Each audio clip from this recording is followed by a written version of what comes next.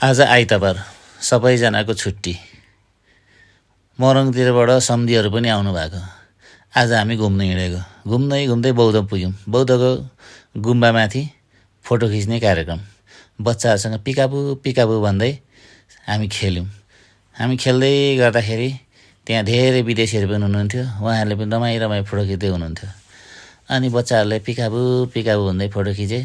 त्यसपछि बौद्धको मन्दिरको गुम्बाको वरिपरिको सिनहरू, अनि फेरि बौद्ध।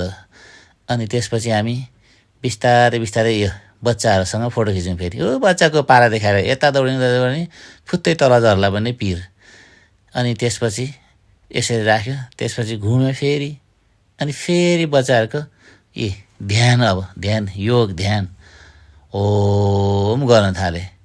ओम गर्न थाले त्यसपछि ठुलोले त गरे अर्को सानो फुच्चेले पनि दादाहरूलाई हेर्दै ओम गर्दैछ।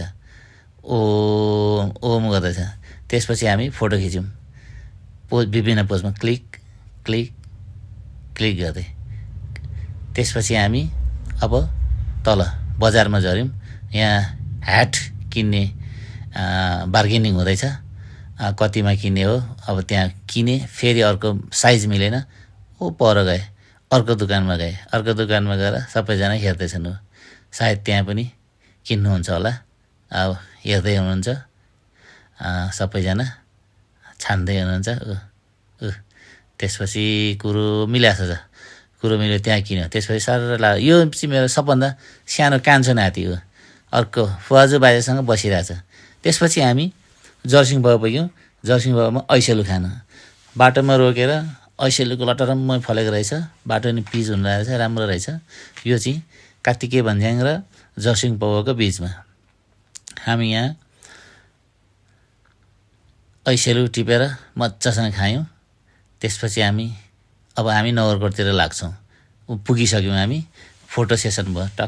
टक्ला टावरको छेउमा हामीले फोटो खिच्यौँ।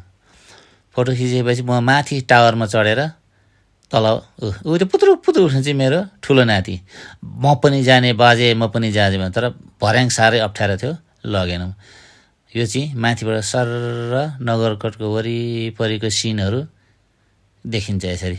मौसम आज खासै सफा थिएन, त्यसैले त्यति राम्रो थिएन। अब त्यसपछि सेल्फी, मेरो छोरी नाति जाइ। अब मेरो ठुलो नाति फन्केर फनमा विरक्तिएर हिँडेछ। एउटा दुर्बिन किनिदिए भनेको थियो, नकिनिदिएको। विरक्तिएर गयो। अब के गर्छ हेरौँ है त्यसले। ओहो, अब तलतिर लाग्यो। अब हामी यसरी नगरकोटको यात्रा समाप्त गरेर हामी लाग्यौँ घरतिर।